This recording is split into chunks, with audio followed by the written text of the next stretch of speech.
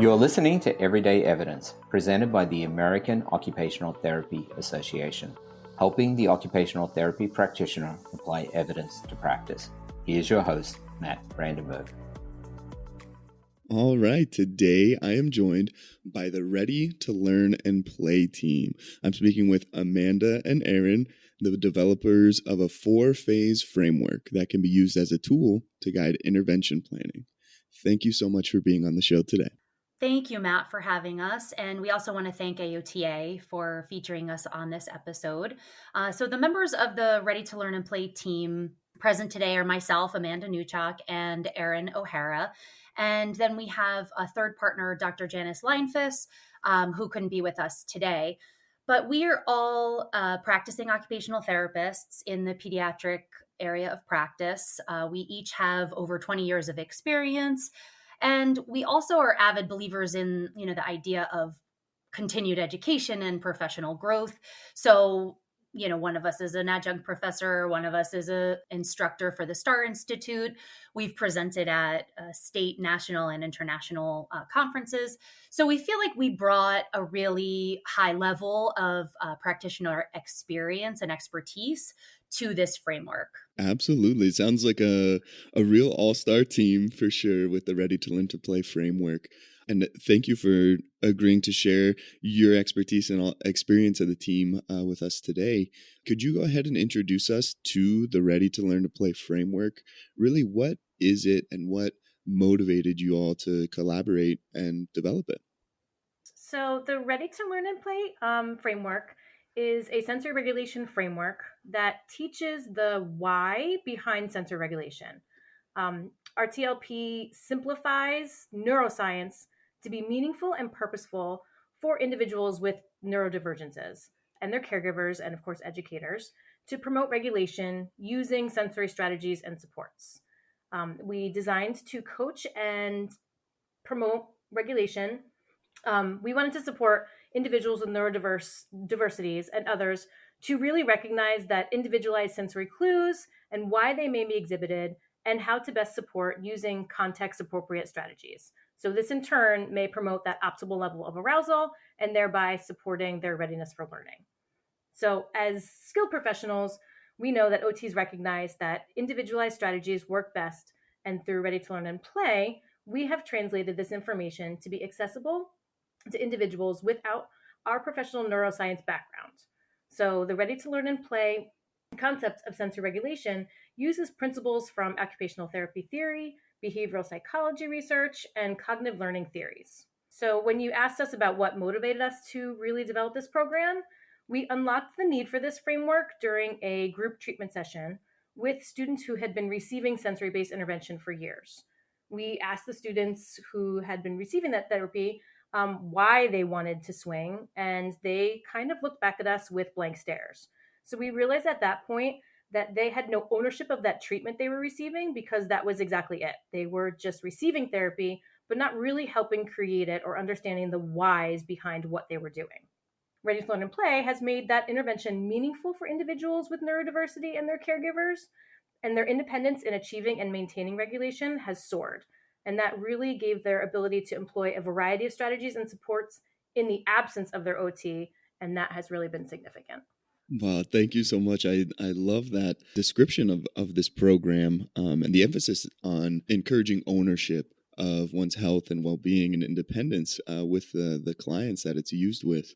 What population and what kind of settings is this framework intended to be used with? So the Ready to Learn and Play framework is designed to support individuals with sensory regulation challenges that impact their occupational performance across ages, across stages of development, with the goal of helping the neurodiverse individuals learn how to best meet their own sensory needs.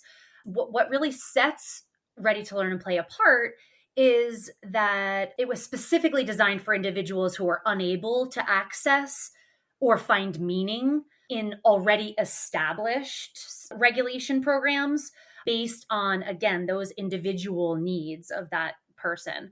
So the framework is really unique in that it considers processing strengths of those specific individuals and uses this hands-on participative approach. So our pilot research was completed with students on the autism spectrum in an academic setting. Those students ranged in age from 3 to 21, but other expansion studies have been completed outside of the autism spectrum. We also have found practical application for the framework in community-based work setting. So it really kind of ranges from young to old across, again, like we were saying, those ages and stages. I love that. I love a framework that is adaptable or can be used in many different settings as opposed to just in one specific population or one specific setting that the research has been carried out in. Love an applicable model, right? Yeah, definitely. What additional skills or knowledge have helped you and the team to really flesh out this framework and turn it into something that can be included into kind of a wide variety of setting for pediatric practitioners? COVID-19 pandemic really impacted occupational therapy practice for all of us, clients and families included. And as practicing clinicians, we were challenged to find innovative ways to deliver those services in ways that were meaningful and impactful to our clients and their families. And through this process, it became clear that OTs really need to have a way to support individuals with neurodiversity in regulating their sensory needs across contexts without fancy equipment, and to be able to express this to their caregivers in ways that were meaningful to everyone involved. So the Ready to Learn and Play team recognized this need for this information to be able to be accessible via online platforms, and we were able to transpose the entire framework to be used virtually, which was huge at that time and continues to be with teletherapy expansions. It's included that we have developed slide decks for learning and teaching of the concepts from Ready to Learn and Play, but also we have activities that reinforce learning. We have boom decks, we have done additional visual aids, and really designed training agendas so that it's easily used by clinicians in practice. I love that. I love that. Accessibility is so important. Thank you for sharing kind of all these steps that you've taken to make this program more accessible and easier to access. That's one of our emphases on this show is trying to find new ways to make research more accessible for the OT practitioner. In what ways have you incorporated research and evidence into the Ready to Learn and Play framework? So our colleague, Janice Leinfus, had completed a literature review as part of her doctoral program while researching the Ready to Learn and Play framework, which really served as guiding principles in the development of the framework. So 4 themes really emerged once she had done that literature review. One being that sensory processing challenges often impact occupational performance. Another being that behaviors related to sensory processing are an attempt at maintaining this homeostatic arousal level. And these behaviors include self-stimulatory behavior, sensory seeking, sensory avoidant, and repetitive behaviors. Similarly, sensory-based interventions help to facilitate that occupational performance. And then finally, we've discovered in the research that collaboration and coaching with caregivers is often effective in facilitating that improvement in the occupational performance. You mentioned kind of those pillars or background research that loaded into the Ready to Learn and Play framework. What other theories or models kind of underpin your work with pediatrics and on this framework? Ready to Learn and Play framework is based on theories from cognitive science, behavioral psychology, neuroeducation, and of course, different occupational therapy models of practice, including Winnie Dunn's model of sensory processing. Finding an effective way to bridge this gap in knowledge of sensory processing patterns, as described by Winnie Dunn's model, from occupational therapists to individuals with neurodiversity and their caregivers, would be beneficial for improving participation in activities, right? And we've determined that, and that it often helps assign meaning to these activities in their daily lives. So the Ready to Learn and Play framework guides coaching and training so the neurodiverse individual, as well as their educators and caregivers, can learn how to recognize and better understand those sensory clues is what we call them, really. That sensory, that self-regulate simulation, the sensory seeking or sensory avoidant. And we use those clues to kind of guide our selection of those multisensory based interventions. Improved sensory regulation for an individual can really empower them in the application of these concepts from Winnie Dunn. So it's really influenced the participation of the individuals who use the framework to engage in their daily occupations. Absolutely. It sounds like obviously a sensory-based framework, but also with a cognitive emphasis in making or empowering the client to take more control in using and identifying the sensory-based strategies to help themselves. I'm really interested to learn more about this framework and this model. Can you go ahead and give us an introduction to the framework specifically? What are things that a practitioner should know before they start using it? Of course, Matt. So to start, after completing that comprehensive review of the literature, we identified a twofold gap in the research. Number one was that there is a need for evidence-based interventions for individuals with neurodiversity, including those with ASD, in order to maximize their occupational performance. And number two, there is a need for caregivers and educators to possess skills to support those individuals with sensory processing differences in their ability to participate in daily occupations, including those of a student and a peer. So the Ready to Learn and Play framework was developed to bridge this gap. Our framework is divided into 4 phases, and we have rubrics for mastery of phases 1 through 3. The framework uses visual aids throughout the program, including pictures to facilitate participation and engagement of varied learners. The instructional design of the framework includes hands-on activities, stories specifically written to facilitate self-awareness and self-management for individuals with sensory regulation challenges, and includes games, puzzles, and quizzes to support those individuals through in-person and teletherapy delivery and consultative models. I have a follow-up question for you there. You mentioned each phase of your framework has a rubric for mastery. What is a rubric for mastery? That phrase really sticks out to me. It sounds like something that would be really helpful for practitioners or people looking to apply this framework. Sure. So rubric for mastery is exactly kind of what it says, and that is just a concrete level of showing process or progress. So obviously, as clinicians who are working with individuals on our caseloads, we need to be able to have concrete evidence showing that what we are doing is making progress and they are progressing on their goal areas. These rubrics for mastery are right there and already kind of outlined for the clinician to follow. So that way, when they are, meeting the rubrics for mastery of phase 1, they know right there that then that's a clue that they can start phase 2.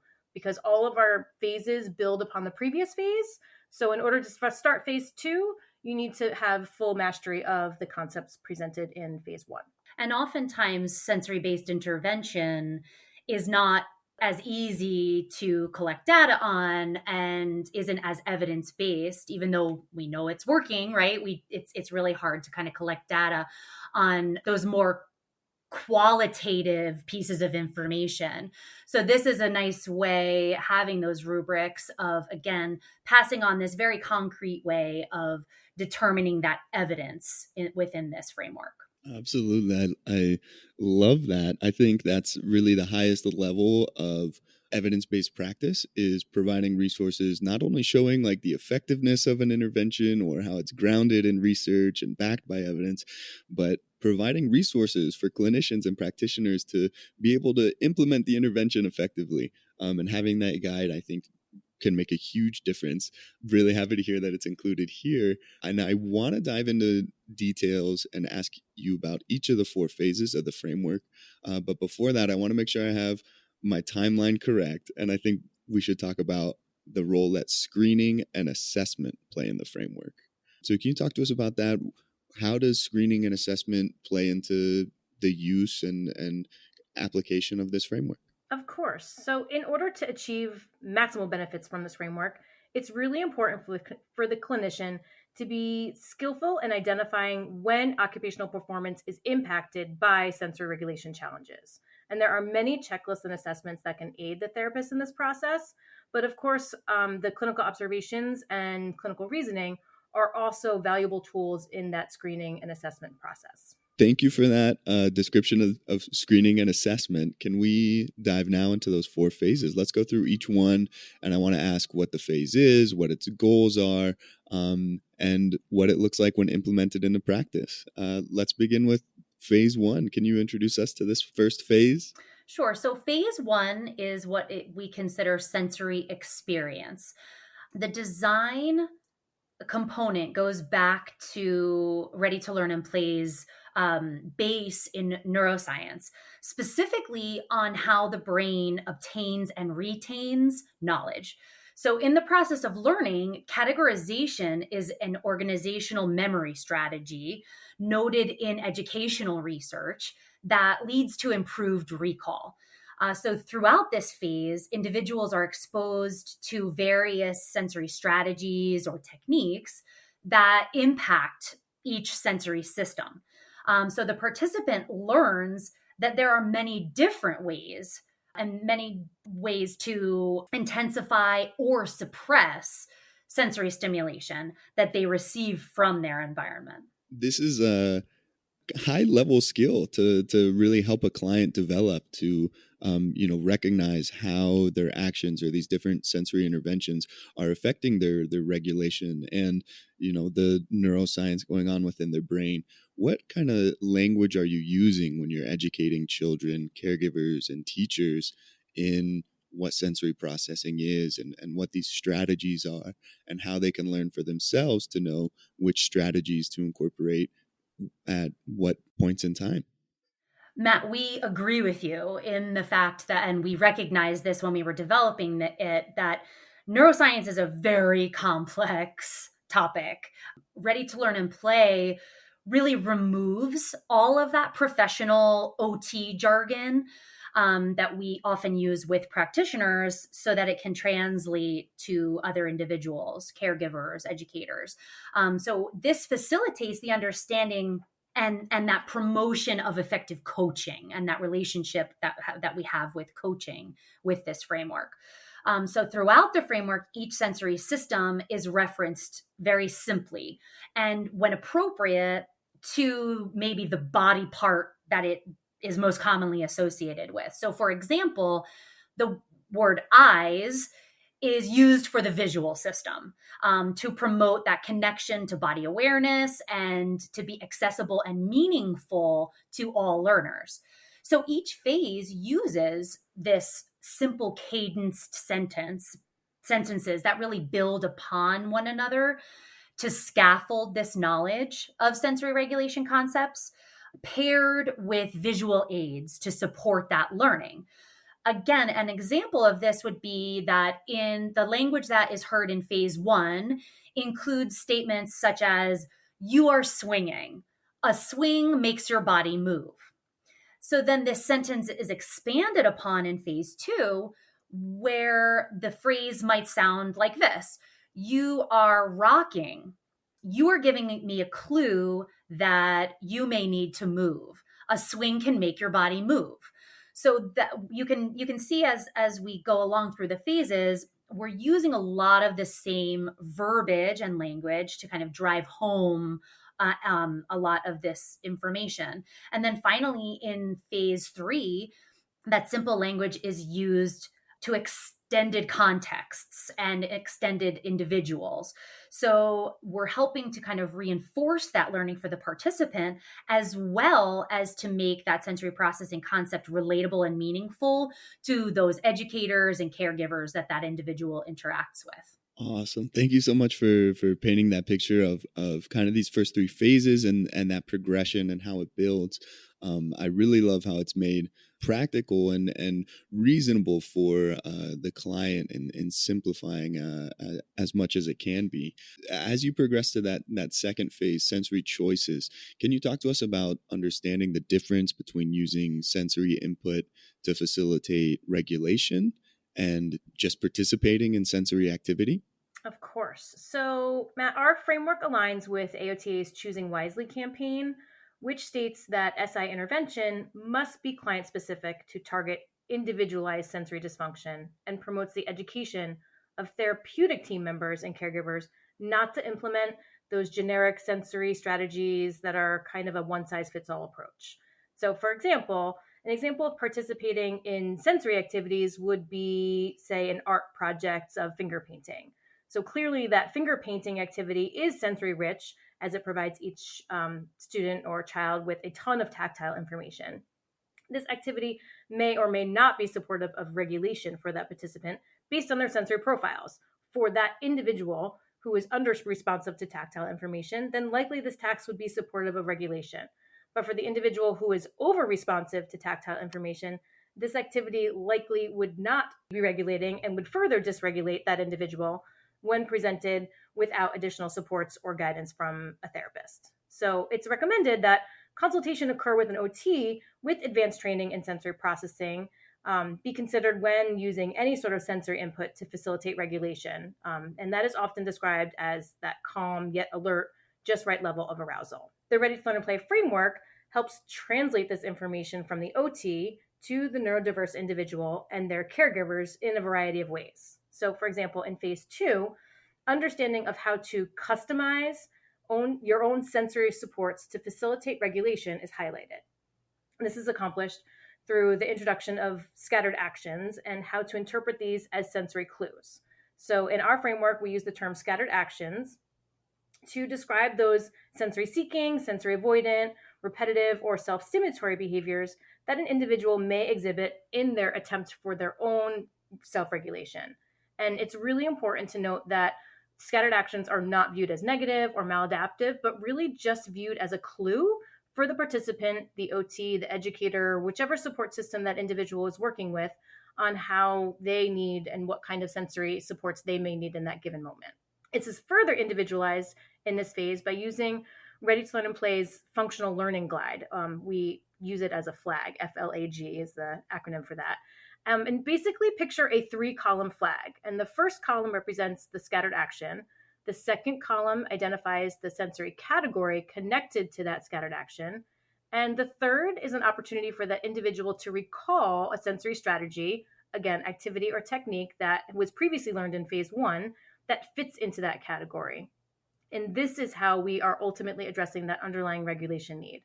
This visual aid is actually one of the most powerful things that we have designed because it creates a type of outlined sensory regulation formula, which eliminates the participating in sensory activity, quote, versus the participating in sensory tasks that are regulating for arousal level. I just imagine a light bulb moment, both for practitioners and for clients, in seeing this visual aid and working through it. And realizing how those 3 pillars on the flag intersect. Can you give us an example of using that visual aid and using this phase 2? Kind of what behaviors or responses would a clinician be looking for that show regulation with a sensory input? And how would they really help a client to see the same thing and begin to recognize that themselves? So it's actually really powerful. Like you said, we have seen a ton of lights on aha moments with our students, and again during shutdown in particular with their families and caregivers in the home environment, using this flag functional learning assessment guide as a concept. Again, this formula really takes the abstract concept of sensory regulation and makes it kind of concrete and more meaningful, and it just kind of makes it more simplified for the individual who is having some sensory processing differences and needing the support of that caregiver who may or may not understand what sensory clues are or what that individual is trying to convey as far as what their sensory needs are at that moment. So again, using this flag has been an eye-opener for us in our treatment and in the development of the Ready to Learn and Play framework, because it just makes it make sense. It again gets that therapeutic jargon out. They are using those visual supports very systematically to say, again, going back to the language, you are rocking, the scattered action of rocking. Sometimes our clients, our individuals are, showing rocking as a sensory seeking behavior. And we are looking at that as again, a clue. So we want them to be able to, we want their regulation needs to be met. And rocking is giving us a clue that they may need to move. So really systematically understanding, using a picture of a scattered action, for example, rocking is in the first category. That connects to the second category of, wait a minute, rocking is showing me you need to move.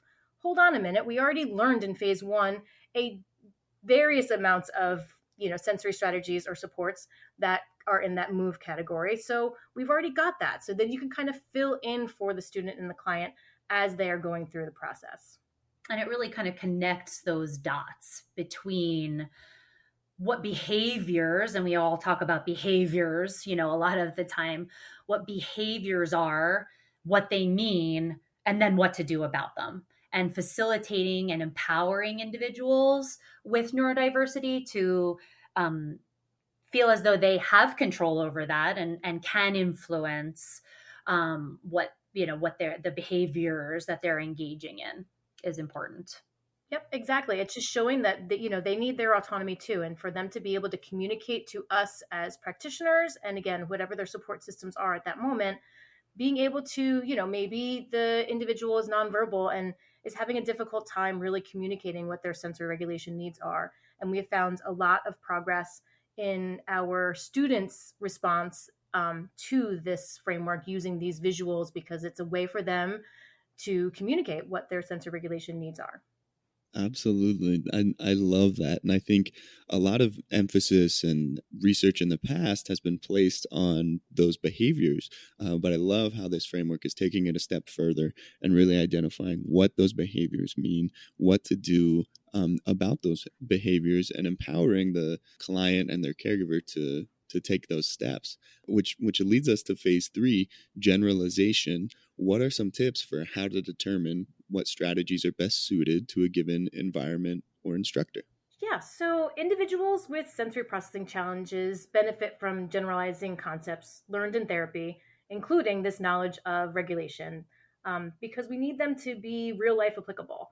The Ready to Learn and Play framework uses what we have determined as generalization guides. Again, these visual tools that we have developed to aid individuals as they expand their sensory regulation knowledge to other environments, such as classrooms, the gym, maybe home, community, etc., and with other supportive individuals, such as teachers, job coaches, family members. Once again, these hands-on learning tools were designed to assist the learners as they broaden their understanding of their own sensory processing needs. So, as all strategies, techniques, and supports are not accessible in all contexts or with all caregivers, it's really crucial to the regulation of our participants that they are coached to recognize strategies across contexts and caregivers. The participants are coached to reflect on their learning from phase 1 for options that could support their regulation, regardless of whether they are in the classroom, in the community, or with an educator, or at home with a caregiver. So for example, if we think of a few pressure-based options that are accessible across multiple environments. So climbing can occur in a therapy gym or on a playground. Wearing a weighted backpack is, of course, an option for school, but also can be used in the community. Or manipulating putty or doing chair push-ups are great options for sitting at a desk. We take this a step further and explain to the participants that as coached to learn, the strategies are not accessible with all support systems. So, for example, it may be acceptable for a young child to seek out pressure-based input through a big, tight squeeze from a trusted family member or bear hug. But however, this strategy might not be deemed acceptable for a young adult as they grow up to use in a work environment with a job coach.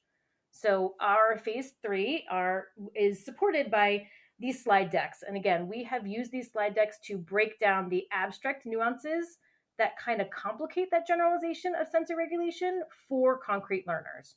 So we use first person language in an easy to follow explanation paired with those visual aids to really delineate which strategies are more appropriate to use in which scenarios. And the learning theory applied here is that this elaborative rehearsal as we go over and we're building upon each phase aids in ingraining that sensory regulation concept into long-term memory. And that has shown that in neuroeducation research, it is easier for active retrieval of that sensory regulation knowledge.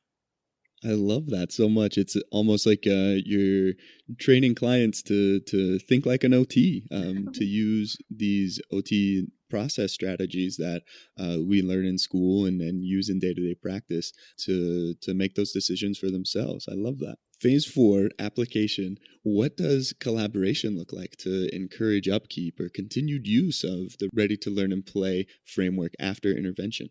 So the final phase, phase 4, is considered application, and this is ongoing. It supports are individualized to the needs of the students to continue applying concepts to facilitate a sensory lifestyle while maximizing participation and performance.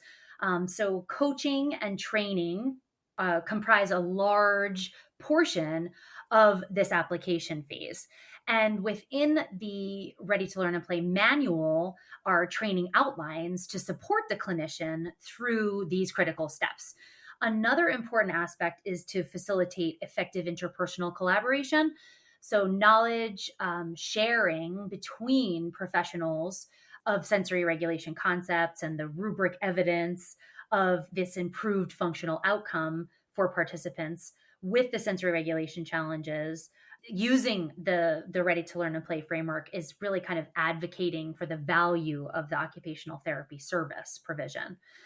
So one of the primary goals here of Ready to Learn and Play in general is to teach, train, and coach individuals and their support systems to be able to problem solve their regulation needs so that the value of this framework stays with the family well beyond this OT's involvement. The application phase is really, again, like we were saying, ongoing in that we want to make sure that all of those individuals who are in this person's life are able to implement those same strategies the same way that we would during an OT session. Absolutely. It sounds like there's so many supports and guides to help practitioners implement this framework and begin to use it. I want to ask a kind of paper versus practice question is what I like to call it. That this framework sounds amazing. Thank you for outlining the steps, giving us an overview. On paper, it looks wonderful. But I want to ask about its implementation into practice. And you've conducted some pilot research with the framework. Can you describe how that study was organized and what results you observed in implementing this framework into actual practice? Sure. The pilot study evaluating the efficacy of Ready to Learn and Play framework on improving occupational performance for students with autism on the ASD spectrum was conducted as part of our partner, Dr. Janice Leinfuss's doctoral research at Gannon University. And it actually was published in early 2021. In this study, de-identified data representing students ages 3 to 21 with autism spectrum disorder was analyzed. So all the data sets received occupational therapy services as mandated by their IEP, with the intervention group having the inclusion of the Ready to Learn and Play framework. From this study, the sensory profile too was utilized to assess sensory processing challenges, and the short child occupational profile, the scope, was utilized to determine facilitators and those barriers to occupational performance as identified by their classroom teachers. So the pretest was determined through data analysis for age, sensory processing challenges, and occupational performance using these different assessments. So then the pre and post test used the scope, so that those scope rating totals were analyzed. And although both groups had positive change through occupational therapy intervention, we observed change in their occupational performance after a year of OT programming. When comparing the two groups, the intervention group that received the Ready to Learn and Play framework had a greater positive change, indicating this statistically significant impact of the inclusion of the Ready to Learn and Play framework on occupational performance. So then following this pilot study, 2 expansion studies were completed. The first expansion study followed the similar procedures to the pilot study, but expanded to include learners with neurodiversity, including the students on the autism spectrum, but also various chromosomal disorders. And then the second expansion study utilized similar procedures, but there was one very significant difference in that the OT intervention was delivered through teletherapy modalities, only with students being supported during their sessions by caregivers at home. Both control and the Ready to Learn and Play intervention groups had positive change in their occupational performance after a year of OT programming in all 3 of the studies. However, when comparing the groups in each study, the intervention group had a greater positive change, indicating a statistically significant impact of inclusion of that Ready to Learn and Play framework. The expansion studies are currently being formally documented and will likely be submitted for publication in 2023 as well. Very exciting. So our listeners keep an eye out for these publications. I love that you've taken the time and put in the effort to conduct some of this research to support the application of the framework to practice. How would you recommend a listener begin to incorporate what we've discussed today into their own practice? So, as we've been saying all along, behavior is communication, and our clients are constantly communicating with us through their words, their actions, their gestures, and ultimately their behaviors. So, it's our job to support them by looking for these clues and breaking down this information to help them in their own regulation. We need to recognize the importance of giving away the quote unquote OT magic that we as practitioners have to support our clients by making this information more accessible and meaningful for themselves and for their caregivers and educators. And this is honestly the first critical step. I love that. What resources would you recommend to listeners who would like to learn more about this framework?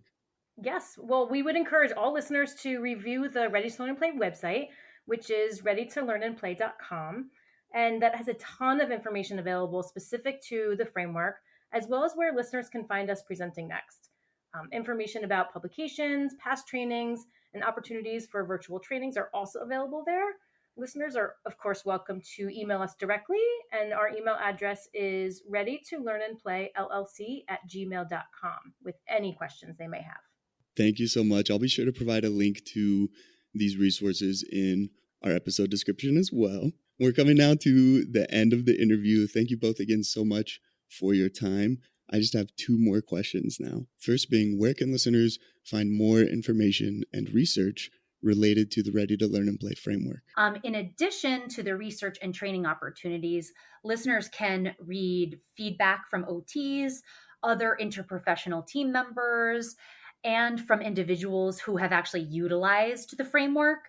Other resources such as slide decks, what we call me stories, which are stories to further make the content of the framework more meaningful for clients, and links to games are all available on Boom Learning site and can be accessed and downloaded there. Wonderful. Thank you so much. We've made it now to the Golden Nugget segment. And I ask you each for a golden nugget. If you could tell practitioners to do just one thing, what would it be? Okay, Matt. So as OTs, we are taught to use our skilled observation abilities to inform our practice. Neurodiverse individuals communicate through their actions and often provide those clues on how we can support their regulation needs. So our advice to practitioners is to reframe that thinking from, quote, providing therapy and really embrace the process of giving away our magic to empower our clients and their families with their own self-regulation. In addition, we consider it very important, and this was our first realization, was that the kids that we were working with were receiving therapy. By getting individuals with neurodiversity and more engaged in the therapeutic process, we're going to empower them to have an increased ability to regulate themselves. So it's just an important theme throughout this framework. Absolutely. I love that so much. Those are powerful nuggets to end on. You've shared so many nuggets throughout the show. I want to thank you both for your time. And it's been a pleasure to speak with you, and really appreciate you coming on the show. Thank you, Matt. We appreciate your time as well. Thanks so much. Thanks for listening to Everyday Evidence. Tune in next time for more evidence-based practice insights and applications.